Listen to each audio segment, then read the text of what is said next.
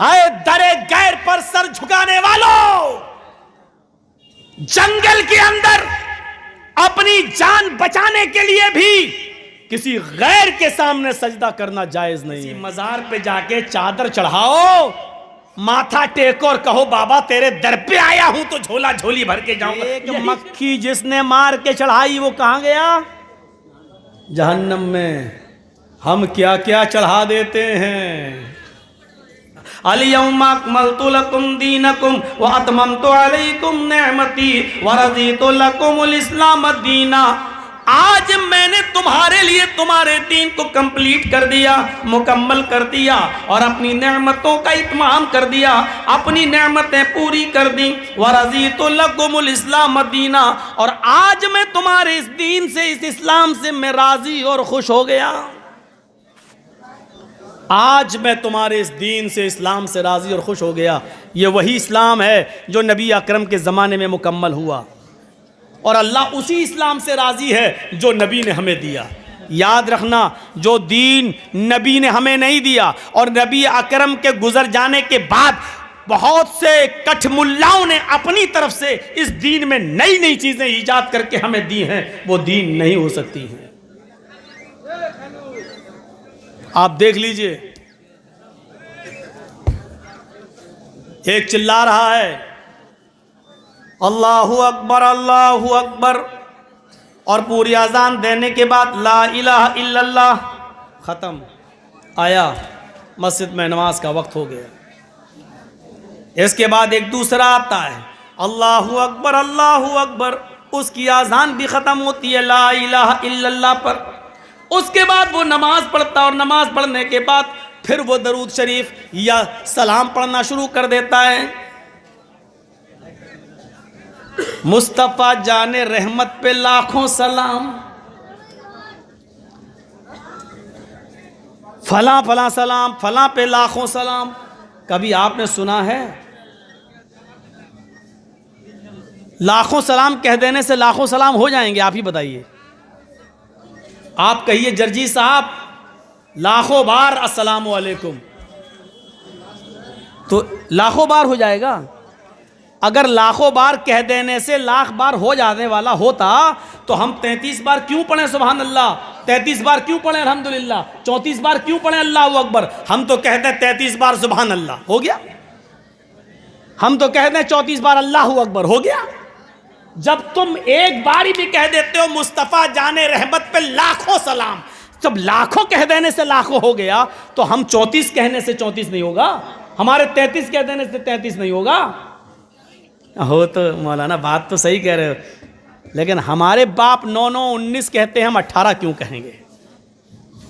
हमारे बाप ने वही पढ़ा है। तो जो चीज इस्लाम में नहीं थी, नबी ने नहीं दी, वो नबी अकरम के इस दुनिया से गुजर जाने के बाद इस्लाम का हिस्सा नहीं हो सकती। इसलिए अल्लाह ने क्या फरमाया, आज मैंने उसी दीन को तुम्हारे लिए मुकम्मल किया है जो दीन तुम्हें मोहम्मद रसूलुल्लाह ने दिया है, और उसी दीन से मैं राजी और खुश हो गया। जहां ये चीजें बताई गई हैं इस्लाम की, वहीं कुछ ऐसी चीजें भी बताई गई हैं जिनका छोड़ना भी बहुत जरूरी है। और आइए सुनिए, एक हदीस पढ़ने जा रहा हूं आपको। इस हदीस को इमाम अहमद ने अपनी मुस्नद अहमद के अंदर नकल किया है। हदीस के रावी हजरत मुआज़ इब्न जबल रज़ी अल्लाह ताला अन्हु हैं। इस हदीस के अंदर 10 बातें बताई गई हैं। शायद मैं अपनी तकरीर में उन 10 बातों को पूरा न कर सकूं, इसलिए पहले 5 पढ़ के सुना रहा हूं। वअन मुआज़ इब्न जबल रज़ी अल्लाह ताला अन्हु क़ाल औसानी रसूलुल्लाह सल्लल्लाहु अलैहि वसल्लम बिअश्रि कलिमात ला तुशरिक बिल्लाहि शैअन इन क़ुतिलता हुर्रिक़ता वला तउक़न्न वालिदैक व इन अमराकन तख़रुज मिन अहलिक व मालिक वला ततरुकन्न सलातन मक्तूबतन मुतअम्मिदन फ़इन्न मन तरक सलातन मक्तूबतन मुतअम्मिदन फ़क़द बरिअत मिन्हु ज़िम्मतुल्लाह। वला तशरबन्न खमरन फ़इन्नहु रासु कुल्लि फ़ाहिशतिन इय्याका बिल मासिया फ़इन्न बिल मासियति हल्ल सख़तुल्लाहि अज़्ज़ व जल्ल। फिलहाल 5 चीजें, यह भी इस्लाम का एक हिस्सा है। आप इबादत कर रहे हैं, हज कर रहे हैं, ज़कात दे रहे हैं, कलमा पढ़ रहे हैं, लेकिन इन चीजों से अगर आप रुक नहीं रहे हैं तो आप इस्लाम के अंदर दाखिल नहीं हैं। मुआज़ इब्न जबल कहते हैं कि अल्लाह के रसूल सल्लल्लाहु अलैहि वसल्लम ने मुझे 10 बातें बताई, 10 चीजों की मुझे वसीयत की, 10 चीजों का मुझे हुक्म दिया। उन 10 चीजों में पहली चीज क्या बताई? ला तुशरिक बिल्लाहि शैअन इन कुतिलता हुर्रिकता। आए मुआज़, अल्लाह के साथ कभी भी किसी भी हाल में किसी गैर को शरीक मत करना। चाहे तुम्हें कत्ल कर दिया जाए या तुम्हें जलाकर राख कर दिया जाए, तुम्हारी बॉडी को जलाकर हवा में उड़ा दिया जाए, कुछ भी किया जाए, लेकिन अल्लाह के साथ किसी को शरीक मत करना। शिर्क सबसे बड़ा गुनाह है। इन्नल्लाह ला यग़फ़िरु अन युशरक बिही व यग़फ़िरु मा दून ज़ालिका लिमन यशा। अल्लाह शिर्क को कभी माफ नहीं करेगा और उसके अलावा जिसको चाहेगा बख्श देगा। उस अपनी कुदरत से जिसको चाहेगा माफ कर देगा, लेकिन शिर्क को कभी माफ नहीं करेगा। अगर किसी मुशरिक को उसके शिर्क की वजह से माफी मिलने की इजाजत होती या माफ किया जा सकता है कोई मुशरिक, तो वो अल्लाह के रसूल के चचा अबू तालिब हैं, लेकिन अबू तालिब को भी माफ नहीं किया जाएगा। हजरत इब्राहिम के बाप आज़र हैं, लेकिन आज़र को भी जहन्नम से निकाला नहीं जाएगा, क्योंकि इन दोनों का इंतकाल शिर्क पर हुआ है। तो शिर्क अल्लाह रब्बुल आलमीन माफ नहीं करेगा, लेकिन शिर्क को पहचानिए, शिर्क क्या है। हर आदमी कहता है शिर्क गुनाह है, लेकिन शिर्क है क्या? अल्लाह के नबी फरमाते हैं कि शिर्क चींटी की चाल से ज्यादा बारीक है।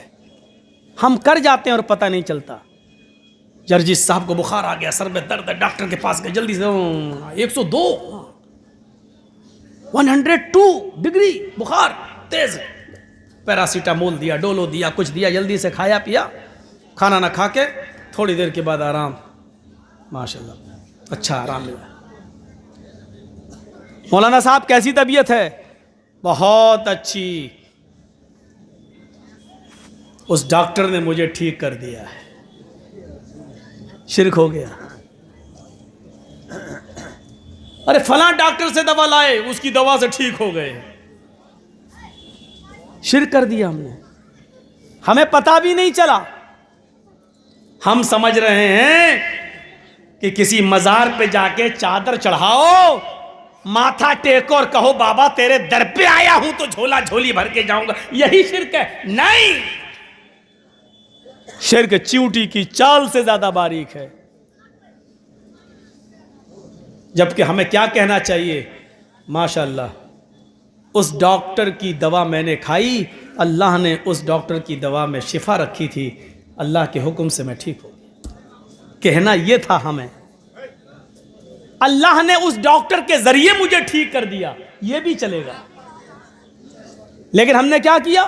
ओह, अरे कैंसर था मेरी मां को, अरे मैं अगर बंबई में टाटा हॉस्पिटल नहीं गया होता तो मेरी मां मर गई, मर जाती। शिर्क हो गया।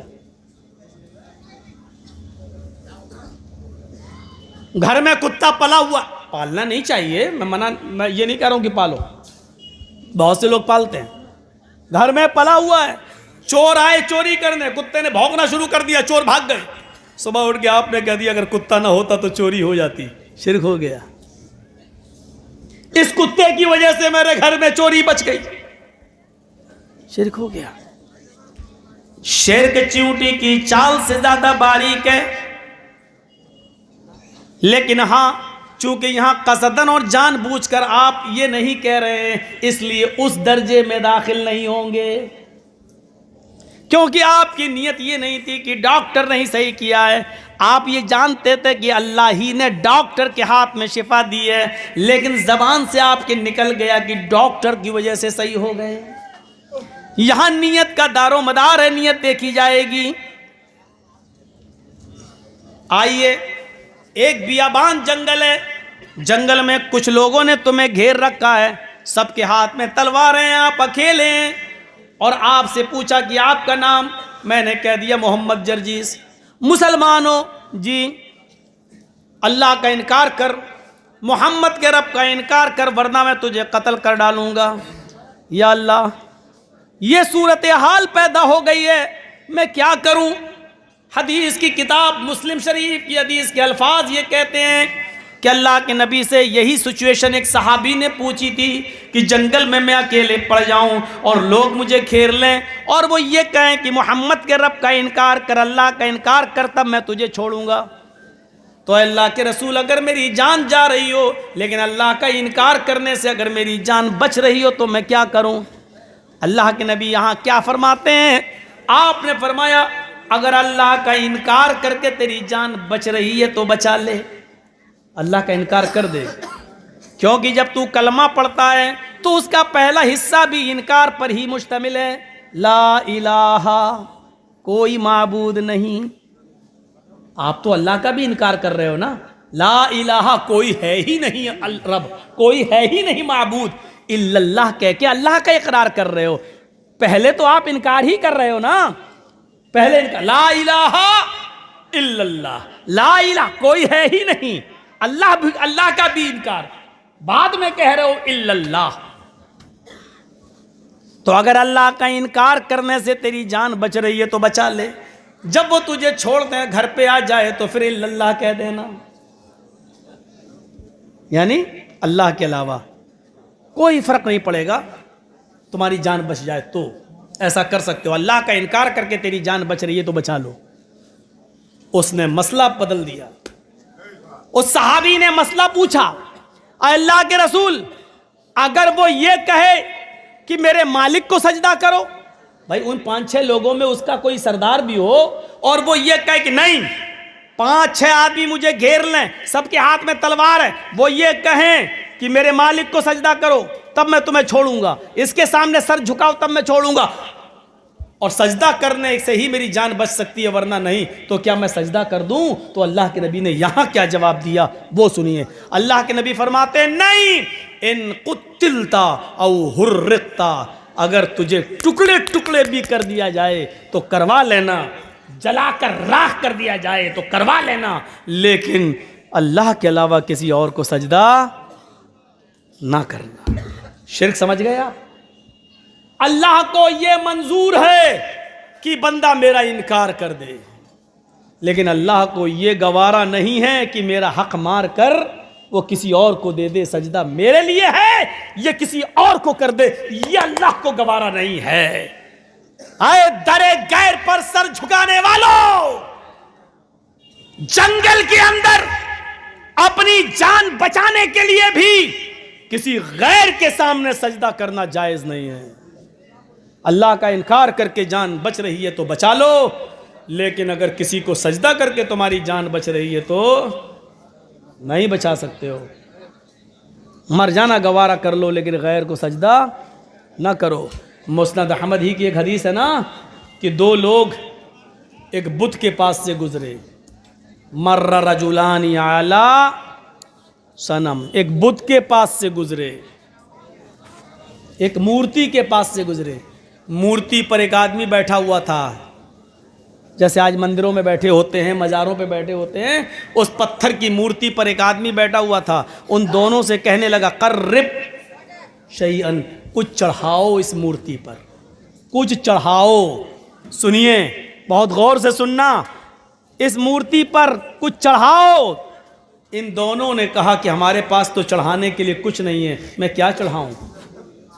उसने क्या कहा, कर्रिब वलो जुबाबन, एक मक्खी ही मार के चढ़ाओ, लेकिन चढ़ाओ, अगर नहीं चढ़ाओगे तो जाने नहीं देंगे। ये हमारे बुजुर्ग की मूर्ति और तुम कुछ नहीं चढ़ाओगे, ये हमारे भगवान की देवी देवता की मूर्ति और तुम कुछ नहीं चढ़ाओगे, चढ़ाओ, कहा कुछ नहीं है, कहा मक्खी ही मार के चढ़ाओ।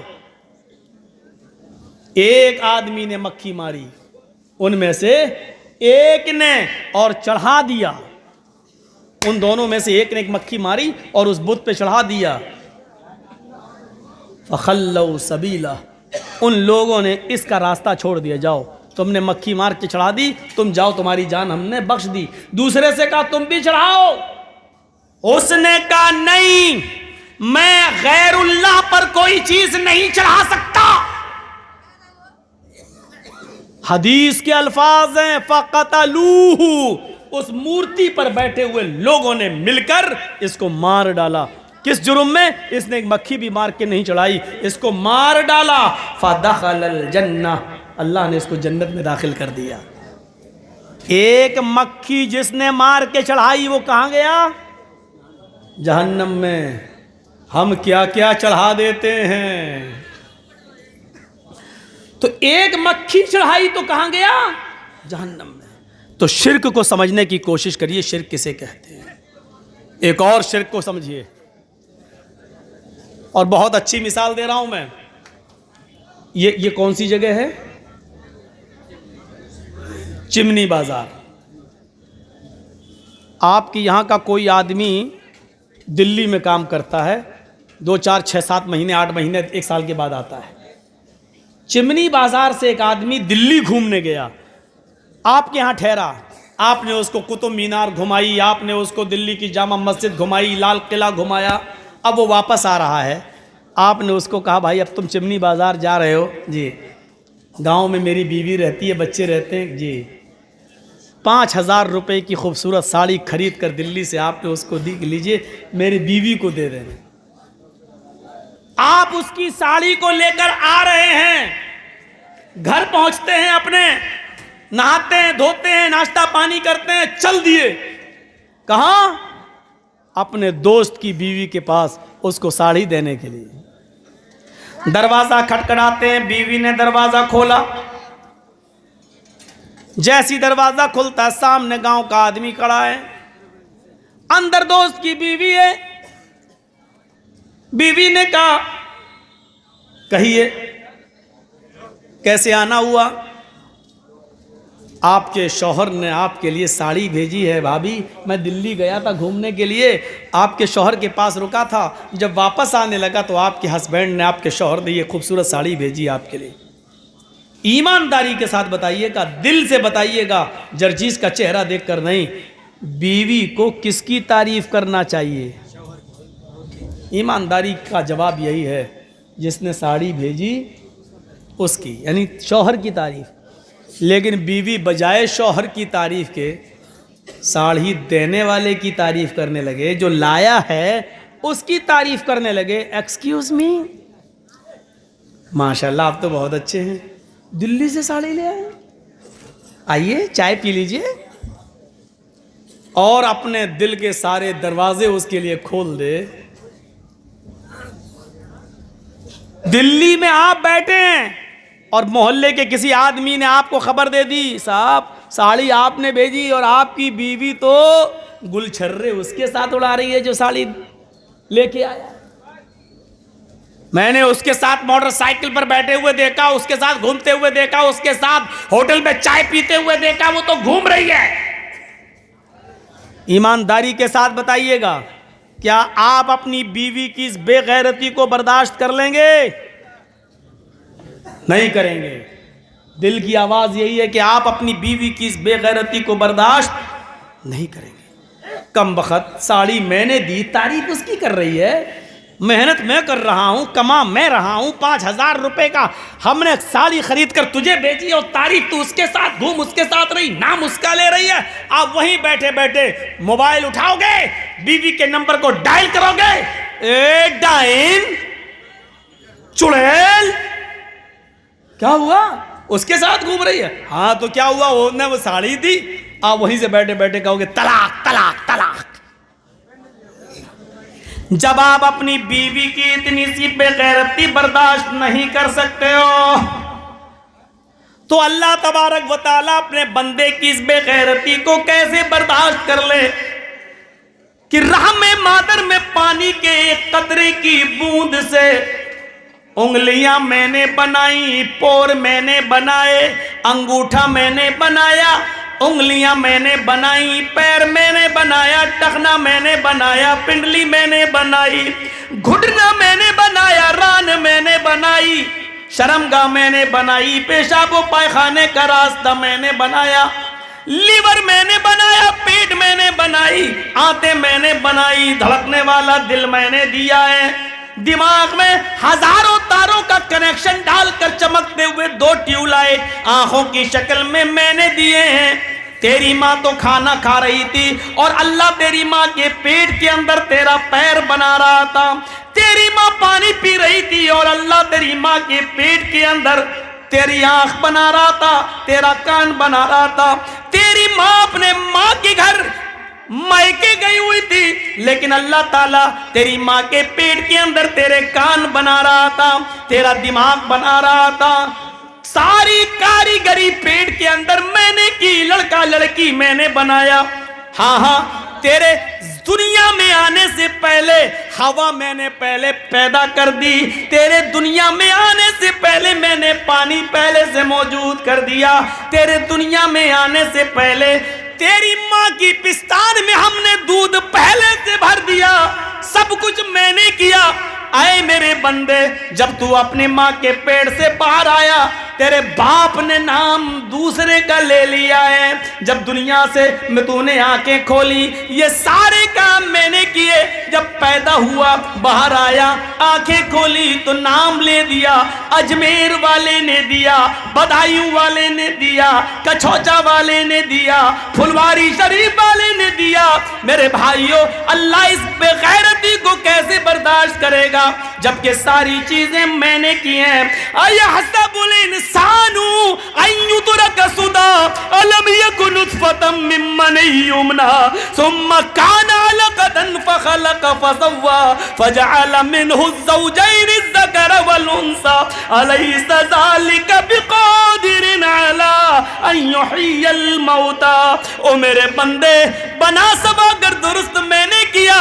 पानी के कतरे की खोपड़ी मैंने बनाई, हड्डी मैंने बनाई, हड्डी में गोश्त मैंने पहनाया, कलेजा मैंने बनाया, दिल मैंने बनाया, फेफड़े मैंने बनाए। फजअल मिनहु ज़ौजैन अज़्ज़कर वल उन्सा, नर और मादा मैंने बनाया, लड़का लड़की मैंने बनाया। अलैसा ज़ालिका बिक़ादिरिन अला अन युह्यिल मौता। जब मैं पहली बार बना सकता हूं तो तेरे मरने के बाद तुझे दोबारा जिंदा क्यों नहीं कर सकता, दोबारा क्यों नहीं उठा सकता? ओ मेरे बंदे, जब सारे काम मैंने किए, फिर तूने अजमेर वाले का नाम क्यों ले लिया है? मेरे बंदे, तूने बदायूं वाले का, कछौचा वाले का नाम क्यों ले लिया है? अरे तू जिनका नाम ले रहा है वो इतने कमजोर, इतने कमजोर, इतने कमजोर हैं कि इन्नल्लज़ीना तदऊना मिन दूनिल्लाहि लन यख़्लुक़ू ज़ुबाबन, वो सारे के सारे मिल जाए तो एक मक्खी भी पैदा करने की ताकत नहीं रखते। मक्खी अगर उनके खाने की चीज से थोड़ी सी मिठाई लेके उड़ जाए तो ये सारे मिलकर उससे वो चीज छीनने की भी ताकत नहीं रखते। जो एक मक्खी से छोटी सी मिठाई न छीन सके वो बेटा बेटी क्या देगा? ओ मेरे बंदे, जब तू अपनी बीवी की इतनी सी बेगैरती बर्दाश्त नहीं कर सकता है, उसको छोड़ देता है, तो मैं भी तुझे छोड़ दूंगा, जन्नत से दूर कर दूंगा, जहन्नम के अंदर डाल दूंगा। इस शिर्क को पहचानने की कोशिश करिए। ये शिर्क, कुरान की आयतें चीख चीख कर कह रही हैं ये शिर्क है।